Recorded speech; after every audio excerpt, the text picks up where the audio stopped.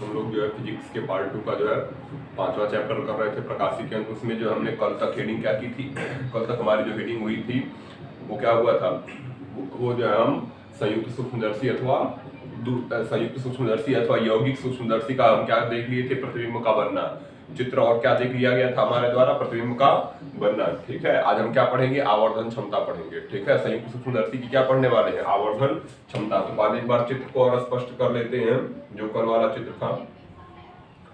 संयुक्त सूक्ष्मदर्शी में क्या होता है, दो उत्तल लेंस होते हैं, छोटी फोकस दूरी और छोटे द्वारक का उत्तल लेंस, और एक होता है बड़ी फोकस दूरी और एक होता है बड़ी फोकस दूरी और बड़े द्वारक का उत्तल लेंस। ठीक है, बड़ी फोकस दूरी और बड़े द्वारक का क्या होगा, बड़ी फोकस दूरी और बड़े द्वारक का उत्तल लेंस हो जाएगा। ठीक है, छोटी फोकस दूरी और छोटे द्वारक के उत्तल लेंस को हम क्या बोलते हैं, छोटी फोकस दूरी और छोटे द्वारक के उत्तल लेंस को जो है हम अभिदृश्यक लेंस बोलते हैं। ठीक है, और किससे प्रदर्शित दिखाते हैं, ओ से, है ना। और बड़ी फोकस दूरी और बड़े द्वारक के लेंस को हम क्या बोलेंगे, बड़ी फोकस दूरी और बड़े द्वारक के लेंस को हम नेत्रिका लेंस बोलते हैं, जिसे हम ई से दर्शाते हैं। ठीक है, अब ये हमारा हो जाएगा अभिदृश्यक लेंस।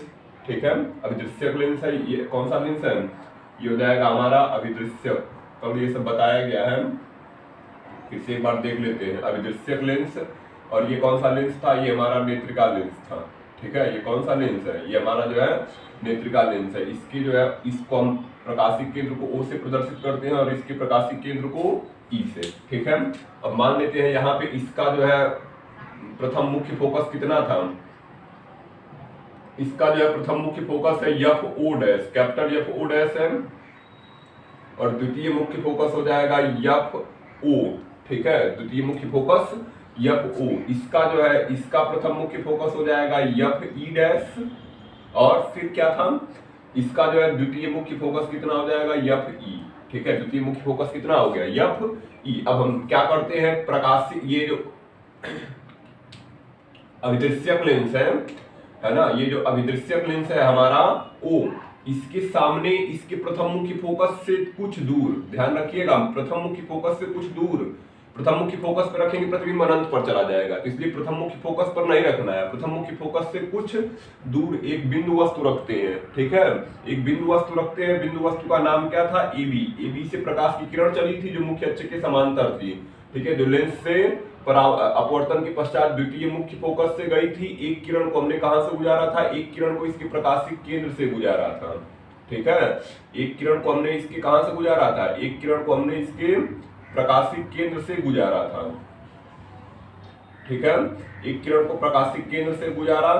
ये दोनों किरणें जो है ना, ये दोनों किरणें जो है जहां पर मिलेंगी वहीं पर क्या बन जाएगा, वहीं पे वस्तु का प्रतिबिंब बन गया था। ये सब कल बता चुके हैं, यहीं पे वस्तु का क्या हो जाएगा, प्रतिबिंब हो जाएगा। ठीक है, वस्तु का प्रतिबिंब हो गया। अब यह प्रतिबिंब जो होगा नेत्रिका के लिए वस्तु का कार्य करेगा, और नेत्रिका के प्रथम फोकस और प्रकाशिक केंद्र के बीच होगा, मतलब उत्तल लेंस की छठी स्थिति होगी। ठीक है, ये जो वस्तु है ए डैश बी डैश, उस वो क्या होगा, प्रकाशिक, इसके प्रथम मुख्य फोकस और प्रकाशिक केंद्र के बीच होगा नेत्रिका की। ठीक है, छठी स्थिति लागू करेंगे, है ना, छठी स्थिति को क्या करेंगे, छठी स्थिति को लागू करेंगे, तो ये क्या करेगा, नेत्रिका जो है इस वस्तु का छठी स्थिति में हमको पता है, अगर प्रकाशिक केंद्र की फोकस और प्रथम मुख्य फोकस और प्रकाशिक केंद्र के बीच अगर कोई वस्तु रखी जाती है तो प्रतिबिंब कहां बनता है, वस्तु की ओर, वस्तु से बड़ा है। ठीक है, आभासी और सीधा, तो ए डैश बी डैश का जो है आभासी, सीधा और वस्तु से बड़ा प्रतिबिंब नेत्रिका जो है कहां बनाएगी, नेत्रिका हमारी जो है कहां बनाती है, नेत्रिका A double dash B double dash पर बना देगी। ठीक है, नेत्रिका कहां बना देगी, ए डबल डैश और बी डबल डैश पर। और हमको पता है यहां से किरणें जा रही है, तो एक किरण को हम गुजारेंगे, एक किरण को तो इसके प्रकाशिक केंद्र से गुजारेंगे। ठीक है, एक किरण को इसके प्रकाशिक केंद्र से गुजारेंगे और एक किरण को वस्तु से गुजारते हैं, है ना। एक किरण को कहां से गुजारेंगे, जहां पे किरणें आकर टकराई थी, क्योंकि मुख्य अक्ष के समांतर किरणें आकर जा रही थी, तो इसलिए द्वितीय मुख्य फोकस से ऊपर जाएंगी। ठीक है, यहाँ पे हम अपनी आंख को लगाए थे, है ना, तो यहाँ पे हमारी क्या थी, हमारी आंख थी जहां से हम देख रहे थे। ठीक है, ये हमारी क्या हो जाएगी, ये हमारी आंख हो जाएगी। ठीक है, चूंकि अब ये किरणें, यही किरणें तो हमको दिख रही है ना, तो प्रतिबिंब से इन किरणों को मिलाएंगे। ठीक है, कल ये सब हो चुका है, फिर से आज एक बार उसको रिपीट कर दे रहे हैं। ठीक है, ये हो चुका था कल, है ना, ये किरणें हो जाएंगी ऐसे, ये सब डॉटेड लाइन किरणें थी। ये हमको भी पता था कल, क्योंकि ये आभासी है। ठीक है, किरण कैसा है, आभासी। अब बताया गया था, क्या बताया गया था, अभिदृश्यक से जो वस्तु की दूरी होगी उसको हम क्या बोलेंगे, u0। अभिदृश्यक से वस्तु की दूरी को क्या बोलेंगे, u0। अभिदृश्यक से जो है प्रतिबिंब की दूरी को, इसके प्रतिबिंब की दूरी को हम क्या बोलते हैं, v0। ठीक है, नेत्रिका से वस्तु की दूरी को ue बोलेंगे। और चूंकि हमको प्रतिबिंब दिख रहा है, मतलब प्रतिबिंब कहाँ बना होगा, एकदम स्पष्ट प्रतिबिंब बन रहा है, तो स्पष्ट दृष्टि की न्यूनतम दूरी पर हमारा क्या बन गया होगा, स्पष्ट दृष्टि की न्यूनतम दूरी पर प्रतिबिंब बन गया होगा। यही किसका चित्र था, यही जो है संयुक्त सूक्ष्मदर्शी का चित्र था, जो कल हो चुका था और प्रतिबिंब का बनना भी लिख चुके थे। आज हम क्या करेंगे, आवर्धन क्षमता। तो हेडिंग बनाइए सभी लोग, आवर्धन क्षमता।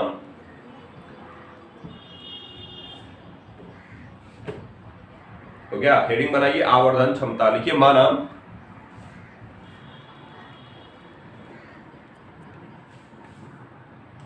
हेडिंग बनाइए, आवर्धन क्षमता। ध्यान रखिए, जो कोण है, अंतिम प्रतिबिंब जो कोण बना रहा होगा, ये कोण हो जाएगा बीटा। ठीक है, कौन सा कोण हो जाएगा, कोण हो जाएगा हमारा बीटा। हमको पता है ना बीटा क्या है, अंतिम प्रतिबिंब द्वारा जो है आंख पर बना दर्शन कोण। और अल्फा क्या था, वस्तु द्वारा आंख पर बना दर्शन कोण। ठीक है, वस्तु द्वारा आंख पर बना दर्शन कोण और फिर अंतिम प्रतिबिंब द्वारा आंख पर बना दर्शन कोण। ठीक है, तो लिखिए आवर्धन क्षमता में लिखो, माना अंतिम प्रतिबिंब A double dash B double dash, माना अंतिम प्रतिबिंब A double dash B double dash, तो क्या, माना अंतिम प्रतिबिंब A double dash B double dash नेत्रिका ई पर बीटा कोण बनाता है,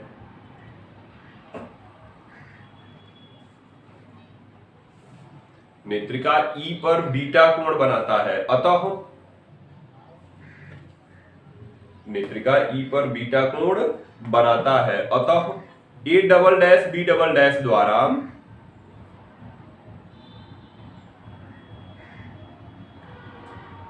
ए double dash B double dash द्वारा आंख पर बनने वाला कोण भी, A double dash B double dash द्वारा आंख पर बनने वाला कोण भी, तो क्या, आंख पर बनने वाला कोण भी बीटा मान सकते हैं। आंख पर बनने वाला कोण भी बीटा मान सकते हैं। हो गया, बीटा मान सकते हैं। आगे लिखो, माना यदि वस्तु AB, माना यदि वस्तु AB आंख से स्पष्ट दृष्टि की न्यूनतम दूरी,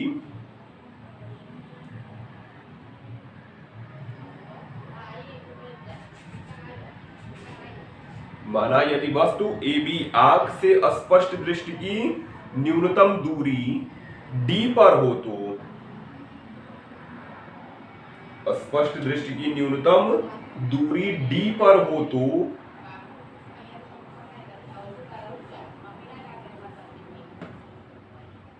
देखें, स्पष्ट दृष्टि की न्यूनतम दूरी D पर हो तो वह आंख पर अल्फा कोण अंतरित करती है,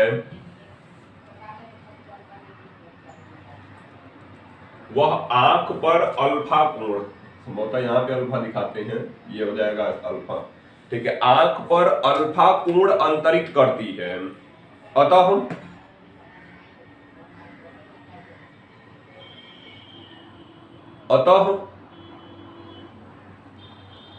तो क्या, आंख पर अल्फा कोण अंतरित करती है। अतः सूक्ष्मदर्शी की आवर्धन क्षमता,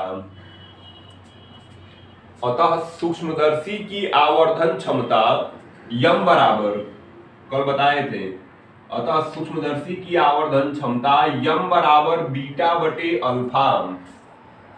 तो क्या, अतः सूक्ष्मदर्शी की आवर्धन क्षमता यम बराबर बीटा बटे अल्फा। लिखे ना, सूक्ष्मदर्शी की आवर्धन क्षमता यम बराबर बीटा बटे अल्फा। लिखेंगे चूंकि, ध्यान दो, चूंकि वस्तु बहुत छोटी है, वस्तु, ध्यान रखिए बहुत इंपॉर्टेंट है ये सब, वस्तु बहुत छोटी है ना, अतः कोण अल्फा व बीटा, हो गया, चूंकि वस्तु बहुत छोटी है, अतः कोण अल्फा व बीटा बहुत छोटे होंगे।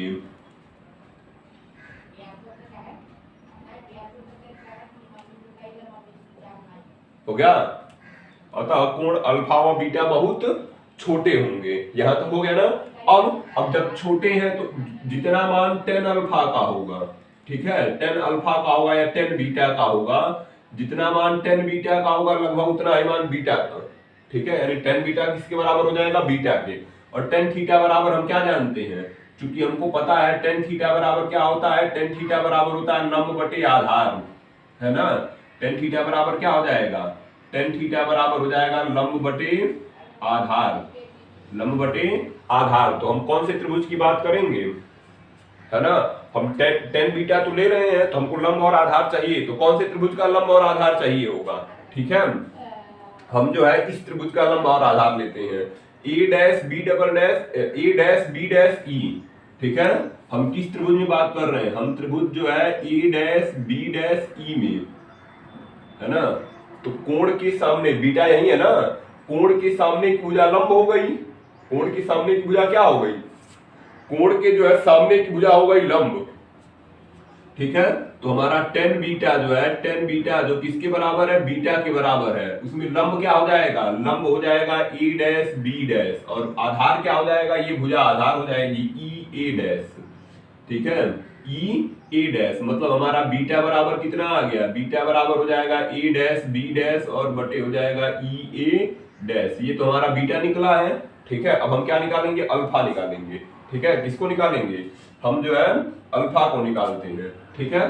तो इसी तरह हम क्या लिखेंगे, त्रिभुज किसमें, त्रिभुज ये वाला ले लो, ए बी ओ, ठीक है, त्रिभुज ए बी ओ में, ए बी ओ में, तो हम निकालेंगे क्या, टेन अल्फा। टेन अल्फा किसके बराबर होगा, अल्फा के बराबर होगा। कोण के सामने भुजा लंब हो गई, तो हो जाएगा ए बी कितना हो जाएगा, हमारा हो जाएगा ये ए बी। और हमने क्या कहा था, हमने कहा था अगर वस्तु स्पष्ट दृष्टि की न्यूनतम दूरी पर है, हमने क्या कहा है, कहा गया है यदि वस्तु स्पष्ट दृष्टि की न्यूनतम दूरी पर है, मतलब जो ये जो दूरी है, वस्तु कितनी दूरी पर है, ए बी जो है स्पष्ट दृष्टि की न्यूनतम दूरी है, तो आधार जो ओ ए होगा उसको हम डी मान लेंगे, ठीक है। आधार को हम क्या मानेंगे, आधार को हम क्या मानेंगे, डी। इस प्रकार हमको अल्फा बराबर क्या मिल गया, अल्फा बराबर मिल जाएगा ए बी बटे डी, ठीक है। अल्फा बराबर कितना मिल जाएगा, अल्फा बराबर हो जाएगा ए बी बटे डी हो जाएगा। तो आते हैं यम बराबर,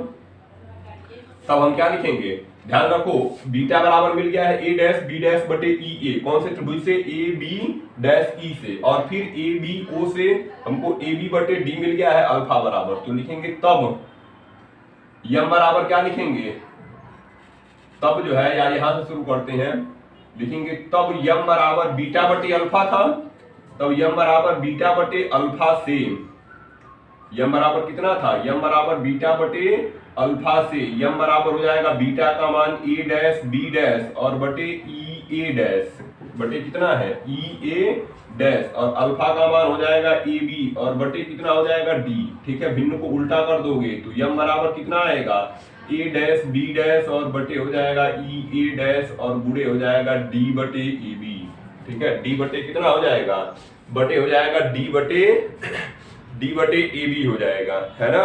डी बटे कितना हो जाएगा, डी बटे हमारा हो जाएगा ए बी। अब चलिए देखिए, चूंकि हम ऐसे लिख सकते हैं ना, या इसी में लिखिए, यम बराबर क्या लिखेंगे, यम बराबर हो जाएगा ए डैश बी डैश और बटे हो जाएगा ए बी गुणे डी बटे ई ए। स्थानों का क्या कर दिए, स्थानों का विनिमय कर लिए, इसको इसकी जगह कर दिए या इसकी जगह आ गया, ठीक है। क्यों ऐसा किए, ए बी क्या है, ए डैश बी डैश क्या है, प्रतिबिंब की लंबाई, ठीक है, जिसको हम क्या बोलते हैं, आई बोलते हैं, ठीक है। प्रतिबिंब की लंबाई को क्या बोलेंगे, प्रतिबिंब की लंबाई को आई बोलेंगे, और वस्तु की लंबाई को क्या बोलेंगे, ओ, पता है ना ये, ठीक है। अब चूंकि यहाँ पे ओ हो चुका है तो भी ध्यान रखना है, ये तो पढ़े ही है, प्रतिबिंब की लंबाई और वस्तु की लंबाई को रेखीय आवर्धन बोलते हैं। यम बराबर सूत्र बताया गया है आई बटे ओ, ठीक है। तो यहाँ पे वही बन रहा है, प्रतिबिंब की लंबाई बटे वस्तु की लंबाई, और आई बटे ओ किसके बराबर है, वी बटे यू के बराबर है। आई बटे ओ किसके बराबर है, आई बटे ओ जो है बराबर है वी बटे यू के, ठीक है। तो हम यहाँ पे सीधा क्या लिख सकते हैं, चूंकि ए डैश बी डैश बटे ए बी किसके बराबर होगा, ए डैश बी डैश मतलब प्रतिबिंब की लंबाई बटे वस्तु की लंबाई, ठीक है, प्रतिबिंब की लंबाई बटे वस्तु की लंबाई मतलब आई बटे ओ किसके बराबर होगा, भी बटे यू के, ठीक है। तो हम क्या लिख सकते हैं, यह क्या है, प्रतिबिंब की लंबाई, ठीक है, बटे वस्तु की लंबाई, प्रतिबिंब की लंबाई बटे वस्तु की लंबाई बराबर है प्रतिबिंब की दूरी बटे वस्तु की दूरी, ठीक है, प्रतिबिंब की दूरी बटे वस्तु की दूरी मतलब ए डैश बी डैश हम सीधा लिख सकते हैं, ए डैश बी डैश किसके बराबर लिख सकते हैं, वी ओ, ठीक है। हमारा क्या होगा, अभिदृश्यक के लिए ए डैश बी डैश है ना, यहां से दूरी देखिए कितनी है, वी ओ, और प्लस में है क्योंकि यह दूरी जो है दाहिनी तरफ है, और इधर कितना है, यू ओ है, कितना है, ठीक है, यू ओ, ए बी बराबर हम क्या लिखेंगे, ए बी बराबर हम लिख सकते हैं ना यू ओ, है ना, तो इसकी जगह माइनस में यू ओ लिखेंगे, क्या लिखेंगे, माइनस में यू ओ। ऐसा क्यों कर रहे हैं, क्योंकि ध्यान रखिए क्या है, ए डैश बी डैश क्या है, लिख देते हैं यहाँ पे, देखो यहाँ पे एक लाइन थोड़ा और बढ़ा देंगे तब समझ में आ जाएगा, अगर नहीं आ रहा तो। अगर ए डैश बी डैश बटे ए बी लिखा है तो इसका मतलब है प्रतिबिंब की लंबाई, ठीक है, प्रतिबिंब की लंबाई, और बटे क्या हो जाएगा, ए बी यानी वस्तु की लंबाई, वस्तु की लंबाई, ठीक है। तो अब हमको पता है प्रतिबिंब की लंबाई बटे वस्तु की लंबाई होता है प्रतिबिंब की दूरी और बटे वस्तु की दूरी, है ना, मतलब क्या कह रहे हैं, हो जाएगा प्रतिबिंब की दूरी, ठीक है, प्रतिबिंब की दूरी और बटे वस्तु की दूरी, ठीक है, वस्तु की दूरी, ठीक है, बस नहीं दिख रहा होगा तो सुन लीजिएगा, प्रतिबिंब की दूरी और बटे वस्तु की दूरी मतलब हम लिख सकते हैं ए डैश बी डैश और बटे A B, A dash B dash बटे ए बी बराबर हो जाएगा ना, अरे या इसके बराबर या इसके बराबर, तो या इसके बराबर तो होगा ही, मतलब प्रतिबिंब की दूरी हमारी कितनी थी, प्रतिबिंब की दूरी वी ओ और वस्तु की दूरी कितनी, यू ओ, प्रतिबिंब की दूरी दाहिनी तरफ है इसलिए धनात्मक, वस्तु की दूरी बाईं तरफ है इसलिए ऋणात्मक, मतलब हम लिख सकते हैं ए डैश बी डैश बटे ए बी बराबर वी जीरो और बटे यू जीरो, ठीक है। तथा क्या लिखेंगे, हम देख रहे हैं डी, ठीक है, हम क्या देख रहे हैं हम यहाँ पे डी तो देख ही रहे हैं, स्पष्ट दृष्टि की न्यूनतम दूरी, और बटे ए बी, ए से बी, है ना, नहीं यहाँ पे ध्यान दो, ए यहाँ पे देखिए ए डैश बी डैश बटे ए बी का मान हमको वी जीरो बटे यू जीरो मिल गया है, प्लस बटे माइनस में डी तो है ही ई ए का मान, ई ए डैश का मान कितना है, ई ए डैश बराबर है यू ई, चूंकि यह इसके बाईं ओर है इसलिए ऋणात्मक हो जाएगा, ठीक है, तथा ई ए डैश बराबर कितना लिखेंगे, माइनस में यू ई लिखेंगे, ठीक है, ई ए डैश बराबर कितना लिखेंगे, माइनस में यू ई, ठीक है, ई ए डैश बराबर माइनस में यू ई। अब लिखिए, अब यहाँ पे आवर्धन निकालिए, ठीक है, आवर्धन कितना आएगा, यम बराबर ए डैश बी डैश की जगह हम लिखेंगे माइनस में, देखो प्लस माइनस है ना, तो यहाँ पे हो जाएगा प्लस वी जीरो और बटे माइनस में यू जीरो, और फिर यहाँ पे डी का मान तो डी रह ही जाएगा, और ई ए डैश का मान कितना रखोगे, ई ए डैश का मान हो जाएगा माइनस में यू ई, ठीक है। इस प्रकार जो आवर्धन का सूत्र आएगा, आवर्धन का सूत्र कितना हो जाएगा, आवर्धन का सूत्र हो जाएगा यम बराबर वी ओ और बटे यू ओ माइनस लग जाएगा, ठीक है, क्या लग जाएगा, माइनस, और फिर ध्यान रखिए एक और चीज माइनस है जो छोड़ दी गई, क्या, जो इसका प्रतिबिंब बना है, नेत्रिका का जो प्रतिबिंब बना है वह वस्तु की ओर ही बना है, नेत्रिका प्रतिबिंब वस्तु की ओर ही बना है, इसलिए जो डी है ये भी माइनस रहेगा, डी क्या रहेगा, माइनस। अब यह माइनस से ये माइनस तो कट जाएगा, ये दोनों माइनस खत्म हो गए, तो ये वाला माइनस केवल बचा है, तो सूत्र क्या आएगा, यम बराबर वी ओ गुणे यू ओ और बटे डी बटे कितना आ जाएगा, डी बटे यू ई आ जाएगा, यही हो जाएगा आवर्धन के लिए प्रतिबिंब, ठीक है, यही क्या हो जाएगा, समझ में आ रहा है पूरा,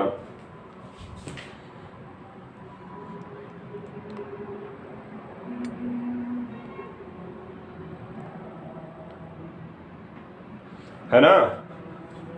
देखिए अगर नीचे वाला नहीं आ रहा होगा तो यहाँ पे हम ऊपर लिख देते हैं इस चीज को, ठीक है, हम ऊपर लिख देते हैं आवर्धन का सूत्र ये मिटाकर, है ना, ये वाला जो सूत्र है यहाँ लिख देते हैं, ये वाला सूत्र यहाँ पे लिख देते हैं, यम बराबर क्या आया है, ये डी रहने देते हैं, यम बराबर क्या आया है, यम बराबर हो जाएगा, देखो ये माइनस से ये माइनस खत्म हो गया, ये वाले माइनस से ये वाला माइनस खत्म हुआ, तो आया क्या, यम बराबर वीओ और बटे आवर्धन यम बराबर हो जाएगा वीओ बटे यूओ, और फिर कितना आ जाएगा, गुणे डी बटे यूई आ जाएगा। ठीक है, वीओ बटे यूओ कोष्टक में कर सकते हो, गुणे डी बटे यूई, यही जो है आवर्धन के लिए व्यंजक है, यही क्या हो जाएगा, आवर्धन के लिए व्यंजक है। यहाँ के बाद यहाँ आ जाएंगे, ठीक है, ऊपर आ जाएंगे, तो यम बराबर क्या सूत्र आएगा, यम बराबर हो जाएगा माइनस वीओ बटे यूओ और गुणे डी बटे यूई।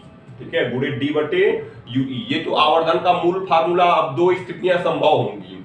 ठीक है, ये तो पहले आवर्धन के लिए सूत्र लिख लेंगे, ध्यान रखिए इंपॉर्टेंट है ना। ये तो आवर्धन के लिए सूत्र हो गया। अब क्या पूछेगा, अभी दो स्थितियां संभव हैं। कितनी स्थितियां संभव है, ठीक है, अभी कितनी स्थितियां संभव है, दो स्थितियां। ठीक है, दो स्थितियां क्या होंगी, अगर प्रतिबिंब स्पष्ट दृष्टि की न्यूनतम दूरी पर बन रहा है, जैसे इस चित्र में जो प्रतिबिंब है वो कहां पर बना है, डी। डी है क्या, स्पष्ट दृष्टि की न्यूनतम दूरी। डी क्या है, स्पष्ट दृष्टि की न्यूनतम दूरी। तो ये आवर्धन के लिए सूत्र लिख ले पहले। ठीक है, आवर्धन के लिए क्या करेंगे, सूत्र, मूल फार्मूला आवर्धन का यहाँ पे प्राप्त हुआ, यम बराबर माइनस वीओ बटे यूओ और गुणे डी बटे यूई, यह पूरा है। ठीक है, इसको पूरा कर लेंगे और फिर यहाँ पे लिख लेंगे ये फार्मूला। मिटाते हैं, आगे देखते हैं क्या कहना है। ठीक है, ये मिटा देते हैं हम। अभी इस फार्मूले को रखेंगे जिसकी हमको जरूरत है।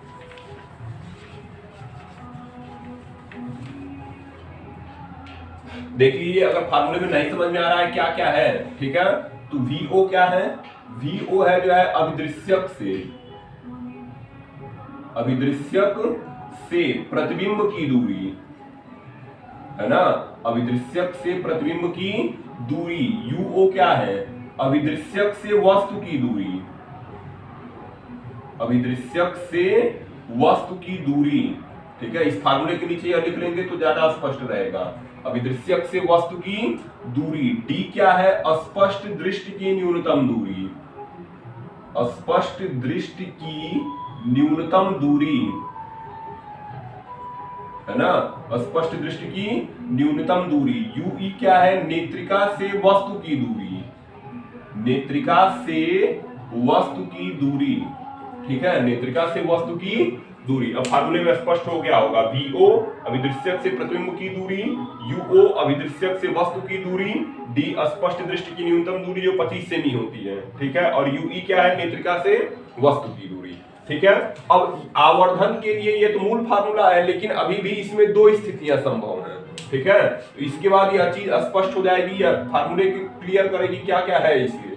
ठीक है, तो ये लिख लेंगे, फिर आगे देखते हैं। ये मिटा देते हैं। अब लिखेंगे, नीचे क्या लिखेंगे, हम लिखेंगे अब दो स्थितियां संभव है। इसमें लिखेंगे अब जो है दो स्थितियां संभव है ना, अब दो स्थितियां संभव हैं। जल्दी करिए, लिखिए, अब दो स्थितियां संभव है। पहली हेडिंग बनाइए, जब प्रतिबिंब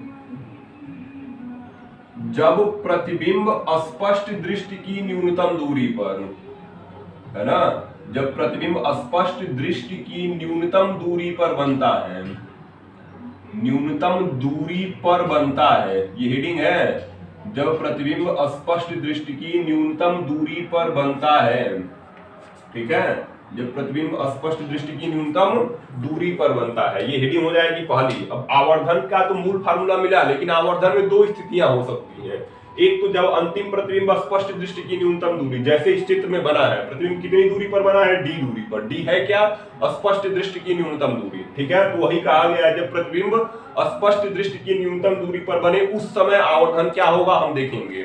ठीक है, उस समय आवर्धन क्या होगा हम देखेंगे, और इस समय सूक्ष्मदर्शी कितनी लंबी होगी ये भी हमको जानना है। ठीक है, जब प्रतिबिंब स्पष्ट दृष्टि की न्यूनतम दूरी पर बने, और दूसरा जब प्रतिबिंब अनंत पर। दो स्थितियां संभव हैं, तो हम पहले क्या देख रहे हैं, स्पष्ट दृष्टि की न्यूनतम दूरी पर जब प्रतिबिंब बन रहा है, उस समय आवर्धन का व्यंजक क्या होगा। ठीक है, उस समय आवर्धन का व्यंजक क्या होगा, तो क्या लिखेंगे, ध्यान दीजिए, है ना,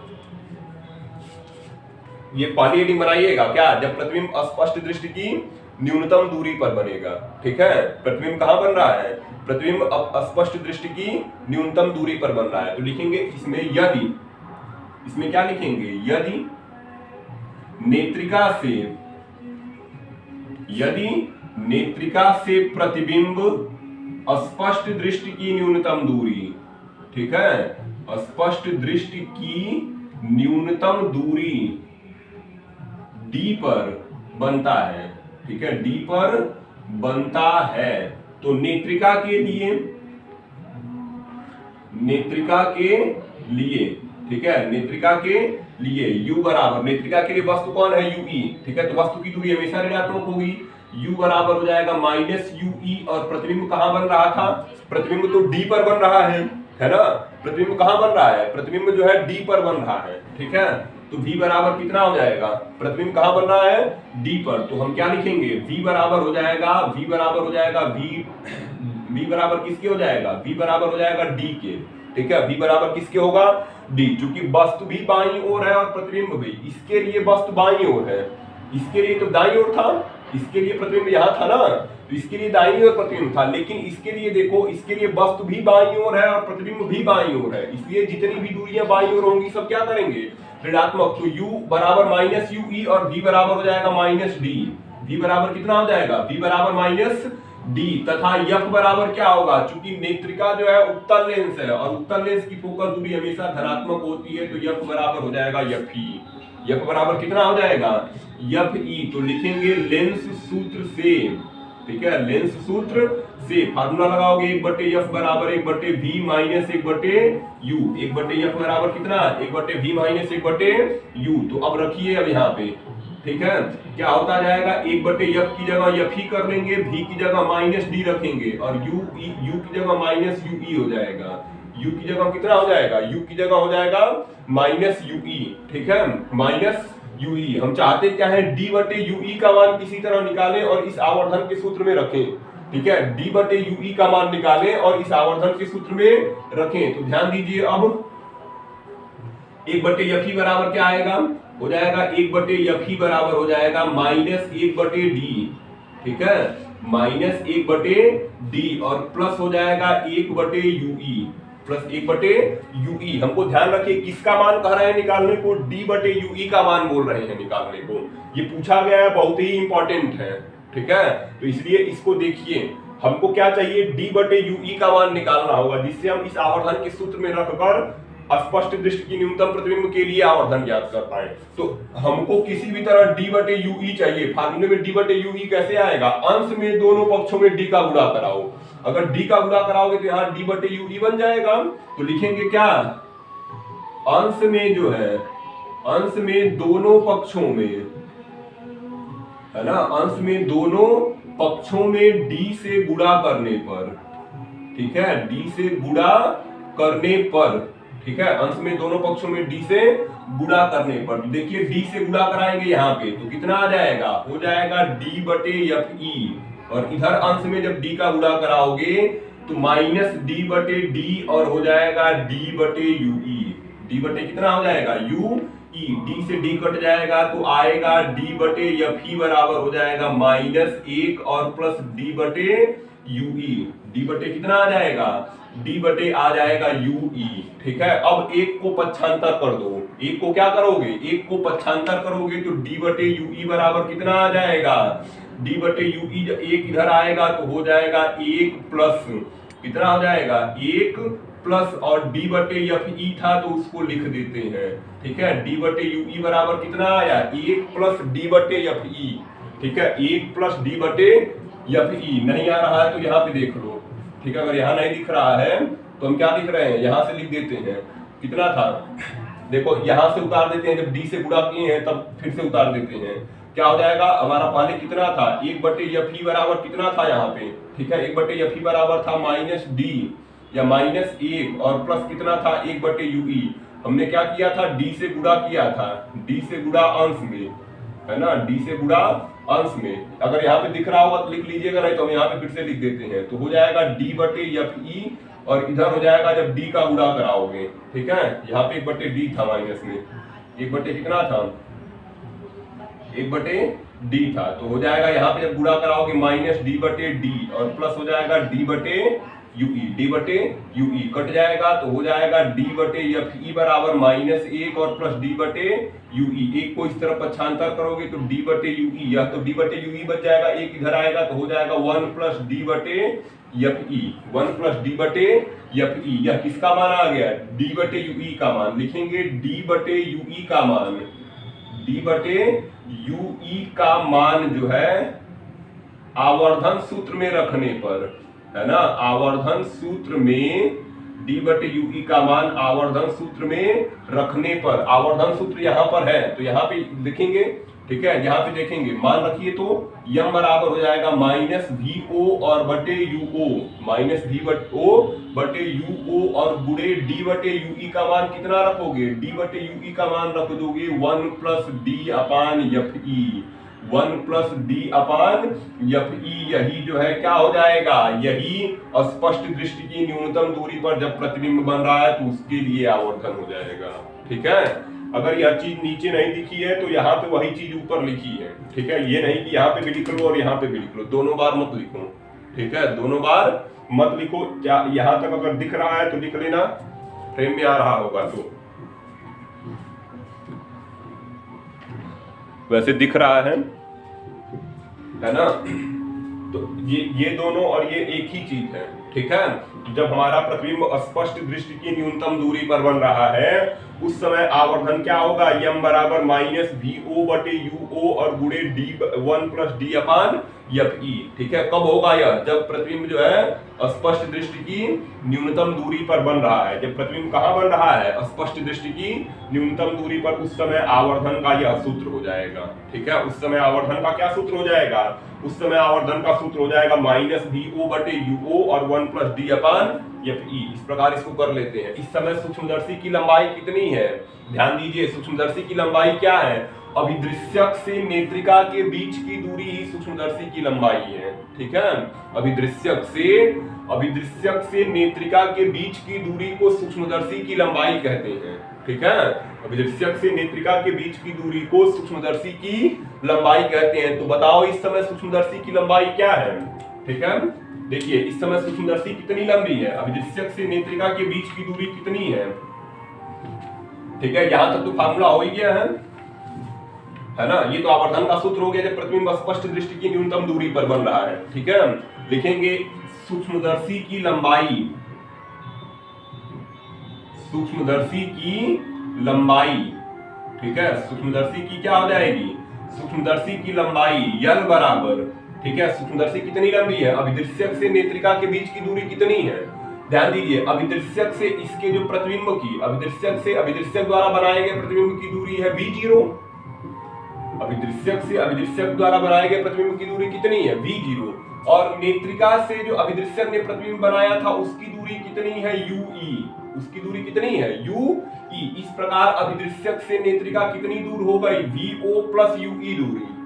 ठीक है, मतलब अभिदृश्यक और नेत्रिका के बीच की दूरी कितनी हो गई? VO प्लस UE हो गई। कितनी हो गई? VO plus UE। यही जो है क्या हो जाएगा? यही जो है सूक्ष्मदर्शी की लंबाई हो जाएगी। ठीक है, तो हम मान आप में लिखते हैं, मतलब निरपेक्ष मान होना चाहिए, माइनस नहीं आएगा। ठीक है, चिन्ह हटा के मान रखेंगे तो VO प्लस UE हो जाएगा मान में, नहीं तो UE माइनस लिखते हैं ना, तो यहाँ पे माइनस नहीं होगा। तो यल बराबर सूत्र क्या आएगा? यल बराबर हो जाएगा VO प्लस UE। यही हो जाएगा सूक्ष्मदर्शी की लंबाई जो कि इंपॉर्टेंट है।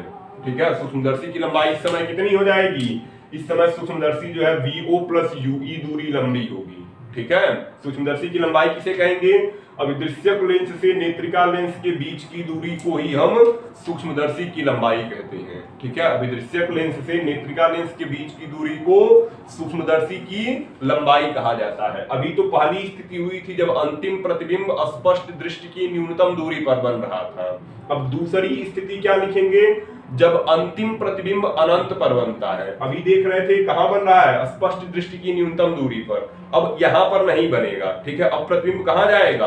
अब प्रतिबिंब अनंत पर जाएगा। मिटाते हैं इस फार्मूले को, ध्यान रखिए। सूक्ष्मदर्शी की लंबाई तब है जब स्पष्ट दृष्टि की न्यूनतम दूरी पर प्रतिबिंब है। ठीक है, पहले फार्मूला देख ले रहे हैं। फार्मूला हमारा क्या था?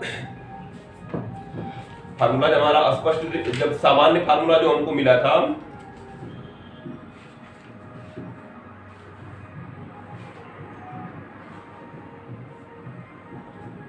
चलिए देखिए, जो सामान्य फार्मूला हमको क्या मिला था, यम बराबर हो जाएगा माइनस VO बटे UO और गुणे D बटे UE मिला था ना सामान्य फार्मूला। ठीक है, अब हम दूसरी स्थिति लिखते हैं। दूसरी स्थिति क्या लिखेंगे, जब अंतिम प्रतिबिंब, है ना, जब अंतिम प्रतिबिंब अनंत पर बनता है, जब अंतिम प्रतिबिंब अनंत पर बनता है, ये फार्मूला है। ठीक है, ये हेडिंग है। जब अंतिम प्रतिबिंब कहां बन रहा है, जब अंतिम प्रतिबिंब जो है अनंत पर बनता है। ठीक है, इसे हम कौन सा नेत्र कहेंगे, श्रांत आंख के लिए, है ना, लिखेंगे श्रांत आंख के लिए जो है अंतिम प्रतिबिंब कहां बन रहा है, अनंत पर। ठीक है, यहाँ पे लिख लेंगे इसमें एक लाइन, श्रांत आंख के लिए। ध्यान रखिए, ये कई बार निवेदन में देगा श्रांत आंख, तो ये ध्यान रखना है किसकी बात हो रही है, जब अंतिम प्रतिबिंब अनंत पर है। श्रांत आंख के लिए जो है ना, श्रांत आंख के लिए अंतिम प्रतिबिंब, श्रांत आंख के लिए अंतिम प्रतिबिंब अनंत पर है। ठीक है, अनंत पर है, तो बताइए अंतिम प्रतिबिंब अनंत पर कब जाएगा। अभी प्रतिबिंब कहाँ गया था, स्पष्ट दृष्टि की न्यूनतम दूरी पर। ठीक है, अभी प्रतिबिंब कहाँ गया है, अभी प्रतिबिंब गया है स्पष्ट दृष्टि की न्यूनतम दूरी पर। हम कह रहे हैं प्रतिबिंब अनंत पर चला जाए, तो प्रतिबिंब को अनंत पर जाने के लिए क्या करना होगा, प्रतिबिंब अनंत पर कैसे जाएगा, है ना। प्रतिबिंब अनंत पर जब अभी देख रहे हैं, जो नेत्रिका के लिए जो वस्तु का कार्य कर रहा है A', B', वह नेत्रिका के प्रथम फोकस और प्रकाशिक केंद्र के बीच है। ठीक है, प्रथम फोकस FE' और प्रकाशिक केंद्र के बीच कौन है, नेत्रिका के लिए जो वस्तु का कार्य कर रहा है। अगर हम यह कह दें कि जो प्रतिबिंब बना है, अगर यह फोकस पर बनता, है ना, जो अभी प्रतिबिंब नेत्रिका के प्रथम फोकस और प्रकाशिक केंद्र के बीच है, यही प्रतिबिंब इनके बीच ना होकर प्रथम फोकस पर बन जाता। ठीक है, प्रथम फोकस पर मतलब अगर सूक्ष्मदर्शी ये लेंस जो है इसको पीछे खिसका दें। ठीक है, ये जो लेंस दिख रहा है इसको कहां खिसका दें, लेंस को अगर हम पीछे कर दें, लेंस को कहां करें, लेंस को अगर पीछे कर दें तो क्या होगा, FE खिसकता हुआ यहां तक आ जाएगा, है ना। देखिए, अगर इस लेंस को पीछे करते जाएंगे तो FE खिसक कर कहां चला आएगा, FE खिसक कर चला आएगा जहां पर प्रतिबिंब था। मतलब FE अगर यहाँ पे आ गया तो हम कहेंगे कि अब नेत्रिका के लिए वस्तु कहां पर रखी है, फोकस पर, है ना। अगर लेंस को पीछे कर दें या इसको आगे कर दें, जो भी करिए, ठीक है, हम ऐसा कर दें कि इनके बीच की दूरी बढ़ जाए और जो FE है, FE वह कहां पर पहुंच जाए, वह पहुंच जाए जहां पर प्रतिबिंब था, या यह कहिए प्रतिबिंब इस पर FE' पर पहुंच जाए। ठीक है, प्रतिबिंब कहां पहुंच जाए, प्रथम फोकस पर। तो हमको पता है उत्तल लेंस की पांचवी स्थिति कहती है, अगर वस्तु जो है फोकस पर रखा है, वस्तु कहां पर रखा है, नेत्रिका के लिए A', B' फोकस है ना, इसका प्रतिबिंब ही इसका वस्तु है, इसका प्रतिबिंब ही इसका क्या है, वस्तु। तो अभी जो स्पष्ट दृष्टि की न्यूनतम दूरी पर प्रतिबिंब बना है, उस समय नेत्रिका के लिए जो वस्तु प्रथम फोकस और प्रकाशिक केंद्र के बीच है। लेकिन हम कह दें कि अगर जो है नेत्रिका की जो वस्तु है उसके फोकस पर रखी जाए, नेत्रिका की वस्तु कहां रखी जाए, नेत्रिका की वस्तु अगर फोकस पर रखी जाएगी तो प्रतिबिंब कहां जाएगा, प्रतिबिंब जाएगा अनंत पर, और कैसा होगा, बड़ा होगा। कैसा होगा, बड़ा, और वास्तविक तथा उल्टा हो जाएगा। ठीक है, वास्तविक तथा उल्टा हो जाएगा, है ना, वास्तविक और कैसा हो जाएगा, वास्तविक तथा उल्टा हो जाएगा। तो हमने क्या कहा, हमको कहना है कि हमारा हेडिंग ही यही है, प्रतिबिंब कहां पर है, अनंत पर। तो वस्तु को उस समय कहां होना है, वस्तु को उस समय फोकस पर होना है। ठीक है, मतलब अगर यह फोकस जो है इस वस्तु पर आ जाए, या वस्तु फोकस पर चली जाए, वस्तु कहां चली जाएगी, वस्तु फोकस पर चली जाएगी तो प्रतिबिंब कहां जाएगा, वस्तु अगर फोकस पर चली जाएगी तो प्रतिबिंब हमारा चला जाएगा अनंत पर। मतलब जो UE है, UE किसके बराबर होगा, हमको पता है प्रकाशिक केंद्र से जो फोकस की दूरी है उसको क्या बोलेंगे, FE बोलेंगे ना। प्रकाशिक केंद्र से फोकस दूरी को FE बोलते हैं। ठीक है, प्रकाशिक केंद्र से फोकस दूरी को क्या बोलेंगे, FE, स्मॉल FE है, ध्यान रखिए, ये कैपिटल FE है, ये स्मॉल FE है। ठीक है, तो अगर हम कह दें UE किसके बराबर हो, UE FE के बराबर हो, आ रहा है समझ में। अगर जो है वस्तु नेत्रिका के प्रथम फोकस पर रखी जाए, ठीक है, यानी UE किसके बराबर हो जाए, FE के बराबर हो जाए, उस समय प्रतिबिंब कहां जाएगा, अनंत पर जाएगा। उस समय प्रतिबिंब कहां जाएगा, अनंत पर। चीजें समझिए, अगर प्रथम फोकस, ये वस्तु जो है नेत्रिका के प्रथम फोकस पर आ गई तो ठीक है, प्रतिबिंब कहाँ चला जाएगा? अनंत पर। क्यों? क्योंकि अगर वस्तु फोकस पर रखी जाएगी प्रतिबिंब कहाँ जाएगा? अनंत पर जाएगा और बड़ा हो जाएगा। ठीक है, तो हम क्या लिखेंगे? यदि, ठीक है, हम क्या लिखेंगे? यदि जो है यूई किसके बराबर हो, यदि यूई यफी के बराबर हो तो उस समय प्रतिबिंब कहाँ जाएगा? अनंत पर जाएगा। तो पहले यह लिखे हो ना, श्रांत आंख के लिए अंतिम प्रतिबिंब कहाँ है? श्रांत आंख के लिए अंतिम प्रतिबिंब अनंत पर है। लिखेंगे इस दशा में जो है, यहाँ पे एक लाइन और बढ़ा सकते हैं, यहाँ पे आगे क्या लिखेंगे? इस दशा में, इस दशा में है ना, प्रतिबिंब a डैश b डैश अनंत पर बनता है। या ऐसे लिख सकते हैं, a डैश b डैश नहीं, a double dash b double dash अनंत पर होगा। तो लिखेंगे इस दशा में जो है, इस दशा में क्या हो जाएगा? इस दशा में प्रतिबिंब a डैश b डैश, इस दशा में, इस दशा में क्या बता रहे हैं? जो बता रहे हैं वही लिखना है। a डैश b डैश कहाँ होगा? प्रथम फोकस या f डैश पर होगा। ठीक है, इस दशा में प्रतिबिंब a डैश b डैश नेत्रिका की, है ना, प्रतिबिंब a डैश b डैश नेत्रिका की प्रथम फोकस, नेत्रिका के प्रथम फोकस एफ ई डैश पर होगा, है ना। ए डैश बी डैश नेत्रिका के प्रथम फोकस एफ ई डैश पर होगा। ठीक है, तब क्या हो जाएगा? यूई किसके बराबर होगा? एफ ई के बराबर होगा। ठीक है, तब यूई किसके बराबर होगा? एफ ई के। ठीक है, तो अब इस फार्मूले में लिखेंगे आवर्धन सूत्र से,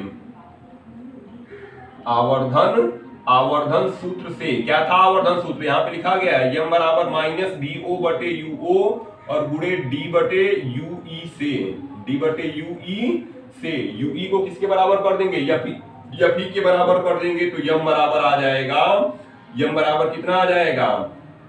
यम बराबर हो जाएगा माइनस में वी ओ और बटे यू ओ और गुणे डी बटे यू ई की जगह क्या लिखेंगे? यू ई की जगह एफ ई लिख देंगे। यही जो है आवर्धन सूत्र है।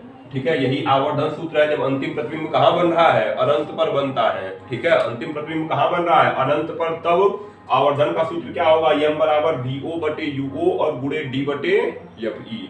वी ओ बटे यू ओ और गुणे कितना हो जाएगा? गुणे हो जाएगा डी बटे एफ ई हो जाएगा। ठीक है, डी बटे एफ ई। तब सूक्ष्मदर्शी की लंबाई क्या होगी? ठीक है, इस दशा में सूक्ष्मदर्शी की लंबाई बताओ। ठीक है, इस दशा में कितनी हो जाएगी सूक्ष्मदर्शी की लंबाई? बताइए, इस दशा में सूक्ष्मदर्शी की लंबाई। अब हम कह रहे हैं यूई किसके बराबर हो गया है? यूई एफ ई के बराबर हो गया है। यूई किसके बराबर? वीओ तो चेंज नहीं हुआ, यूई एफ ई के बराबर हो गया। ठीक है, यूई किसके बराबर हुआ? यूई जो है एफ ई, मतलब एफ ई तो यहाँ पीछे गया था ना, ये एफ ई डैश पीछे गया था तो तभी तो हो रहा है। ठीक है, तो तब सूक्ष्मदर्शी की लंबाई कितनी होगी? यूई की जगह हम क्या रखेंगे? F E. इस समय सूक्ष्मदर्शी की लंबाई हो जाएगी V O plus F E. ठीक है, इस समय सूक्ष्मदर्शी की लंबाई एल बराबर हो जाएगा वी ओ और plus F E, V O plus F E. कब? जब अंतिम प्रतिबिंब अनंत पर है। ठीक है, जब अंतिम प्रतिबिंब अनंत पर है तब आवर्धन का सूत्र हो जाएगा यम बराबर माइनस वी ओ बटे यू ओ और गुणे डी बटे एफ ई और सूक्ष्मदर्शी की लंबाई एल बराबर V O plus F E. ठीक है, V O plus F E, यही हो जाएगा पूरा, यही संयुक्त सूक्ष्मदर्शी है। इसमें से पूछा गया है क्या?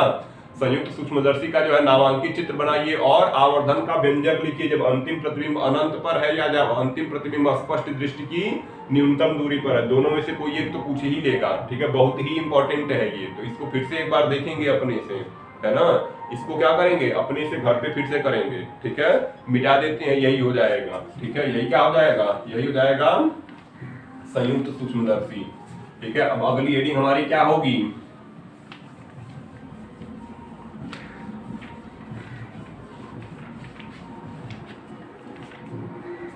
जो हमारी अगली हेडिंग हो जाएगी वो कौन सी है?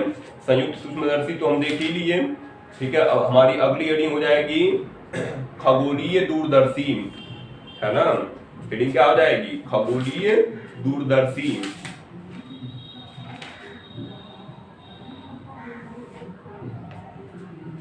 हेडिंग क्या होगी? हेडिंग हो जाएगी खगोलीय दूरदर्शी, है ना। हेडिंग बनाइए खगोलीय दूरदर्शी और इसमें लिखिए, हेडिंग बनाइए खगोलीय दूरदर्शी और लिखिए इसमें खगोलीय दूरदर्शी। लिखो दूरदर्शी वो अप्रकाशिक यंत्र है हेडिंग बनाइए खगोलीय दूरदर्शी, ये भी बहुत इंपॉर्टेंट है, ठीक है। लिखिए इसमें, देखो दूरदर्शी वह प्रकाशिक यंत्र है, दूरदर्शी वह प्रकाशिक यंत्र है जिसके द्वारा, हो गया, दूरदर्शी वह प्रकाशिक यंत्र है जिसके द्वारा बना दूर स्थित वस्तु का प्रतिबिंब,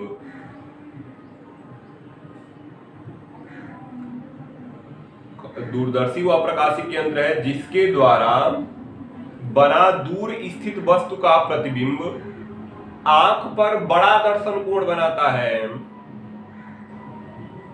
दूरदर्शी वह प्रकाशिक यंत्र है जिसके द्वारा बना दूर स्थित वस्तु का प्रतिबिंब आंख पर बड़ा दर्शन कोण बनाता है, हो गया, जिससे कि वह वस्तु बड़ी दिखाई देती है, हो गया, जिससे कि वह वस्तु बड़ी दिखाई देती है,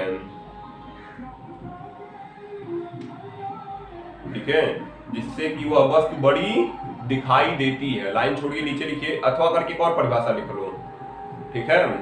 अब दूरदर्शी है क्या, दूर स्थित वस्तुओं को, जैसे आकाशीय पिंड हो गए, चंद्रमा हो गया, तारे हो गए, ठीक है, और सूर्य हो गया, इन सब का जो है अध्ययन करने के लिए, ग्रह हो गए, इन सबको देखने के लिए जो जिसका उपयोग किया जाएगा वह क्या है, दूरदर्शी, एस्ट्रोनॉमिकल, ठीक है, क्या हो जाएगा, टेलीस्कोप इसे बोलेंगे, ठीक है, इसको क्या बोलेंगे, टेलीस्कोप, है ना। अथवा करके एक और परिभाषा लिखो, यह एक ऐसा प्रकाशिक यंत्र है, एक परिभाषा हो गई, दूसरी और लिख लिया अथवा करके, जो अच्छा लगे याद रखें, ठीक है। लिखो, यह एक ऐसा प्रकाशिक यंत्र है जिसे, यह एक ऐसा प्रकाशिक यंत्र है जिसे दूर स्थित आकाशीय पिंडों, यह एक ऐसा प्रकाशिक यंत्र है जिसे दूर स्थित आकाशीय पिंडों जैसे, यह एक ऐसा प्रकाशिक यंत्र है जिसे दूर स्थित आकाशीय पिंडों जैसे चंद्रमा, तारे आदि को देखने के लिए, दूर स्थित आकाशीय पिंडों जैसे चंद्रमा, तारे आदि को देखने के लिए, हो गया, चंद्रमा, तारे आदि को देखने के लिए प्रयोग किया जाता है, हो गया, दूर स्थित आकाशीय पिंडों जैसे चंद्रमा, तारे आदि को देखने के लिए प्रयोग किया जाता है, हो गया, चंद्रमा, तारे आदि को देखने के लिए प्रयोग किया जाता है, ठीक है। जैसे क्या बताएं, जो दूर स्थित वस्तुओं को देखने के लिए जिस यंत्र का उपयोग है उसे हम क्या कहेंगे, दूरदर्शी, ठीक है। हेडिंग बनाएंगे, अगली हेडिंग संरचना, हेडिंग क्या बनाओगे, हेडिंग बनाइए संरचना, ठीक है, कल करेंगे संरचना को।